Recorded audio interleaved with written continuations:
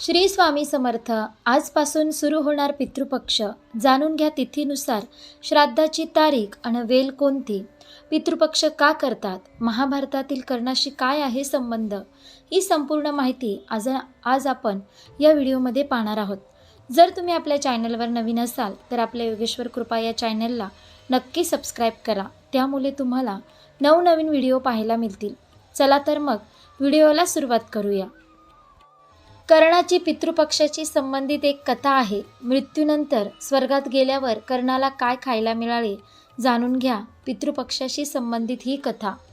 भाद्रपद कृष्ण पक्षातील पौर्णिमेपासून भाद्रपद महिन्याच्या अमावस्येपर्यंत 16 दिवसाच्या पितृपक्षात केले जाणारे श्राद्ध हा आपल्या सनातन परंपरेचा एक भाग आहे. महाभारत काळात द्वापार युगात श्राद्धाचा तपशीलवार उल्लेख आहे. महाभारताच्या अनुशासन पर्वामध्ये भीष्म, पितामह आणि युधिष्ठिर यांच्यातील श्राद्धाविषयी सविस्तर चर्चा आहे. महाभारत काळात श्राद्धाचा पहिला सल्ला अत्री मुनींनी महर्षी निमी यांना दिला होता. हे ऐकून निमी ऋषींनी आपल्या मुलांचे श्राद्ध केले. याशिवाय महाभारताच्या युद्धानंतर श्रीकृष्णाच्या सांगण्यावरून पांडवांना त्यांच्या मृत नातेवाईकांचे श्राद्ध सोमवती अमावस्याच्या दिवशी करायचे होते, जेणेकरून त्यांना मोक्ष मिळावा.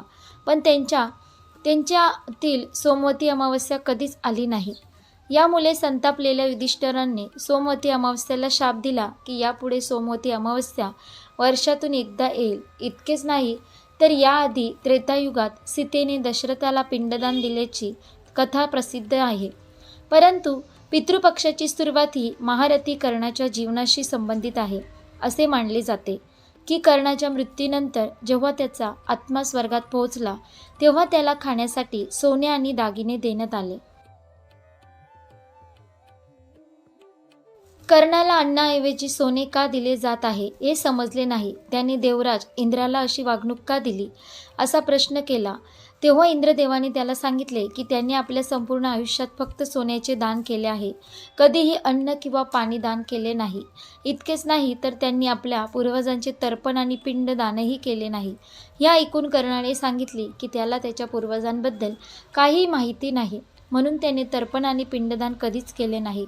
या ऐकून इंद्राने कर्णाला आपली चूक सुधारण्याची संधी दिली आणि त्याला 16 दिवसांसाठी पृथ्वीवर परत पाठवले. परत पृथ्वीवर आल्यावर कर्णाने भक्तिभावाने आपल्या पितरांचे श्राद्ध केले आणि अन्न, पाणी आणि वस्त्र दान केले. असे केल्यावरच कर्णाला मुक्ती आणि समाधान मिळाले. पितरांना मोक्ष आणि समाधान दोन्ही मिळावे म्हणून हे 16 दिवस पृथ्वीवर पितृपक्ष म्हणून साजरे केले जाऊ लागले असे मानले जाते. श्राद्ध केल्याने मोक्ष प्राप्ती होते तर पिंडदान व तर्पण केल्याने समाधान मिळते. असे मानले जाते की वडिलोपार्जित सर्व वैभवानंतरही पाण्याची कमतरता भासते. यामुळे पितर तहानलेले राहतात. त्यामुळे काळेतील मिसळलेले पाणी अर्पण केल्याने पितरांना विशेष समाधान मिळते. आजपासून सुरू होणार पितृपक्ष. जाणून घ्या तिथीनुसार श्राद्धाची तारीख, अन्न, वेळ कोणते आहे. पितृपक्ष 2025 तारीख. यंदा पितृपक्ष रविवार 7 सप्टेंबर 2025 रोजी सुरू होणार असून रविवारी 21 सप्टेंबर 2025 रोजी समाप्त होईल. पितृपक्ष 2025 श्राद्ध तिथी 7 सप्टेंबर 2025 रविवार. पितृपक्ष प्रारंभ पृष्ठप्रदी पौर्णिमा 8 सप्टेंबर 2025 सोमवार. प्रतिपदा श्राद्ध 9 सप्टेंबर 2025 मंगळवार. द्वितीय श्राद्ध 10 सप्टेंबर 2025 बुधवार. तृतीय श्राद्ध चतुर्थी श्राद्ध 11 सप्टेंबर 2025 गुरुवार. पंचमी श्राद्ध महाभरणी श्राद्ध 12 सप्टेंबर 2025 शुक्रवार. षष्ठी श्राद्ध 13 सप्टेंबर 2025 शनिवार. सप्तमी श्राद्ध 14 सप्टेंबर 2025 रविवार. अष्टमी श्राद्ध 15 सप्टेंबर 2025 सोमवार. नवमी श्राद्ध 16 सप्टेंबर 2025 मंगळवार. दशमी श्राद्ध 17 सप्टेंबर 2025 बुधवार. एकादशी श्राद्ध 18 सप्टेंबर 2025 गुरुवार. द्वादशी श्राद्ध 19 सप्टेंबर 2025 शुक्रवार.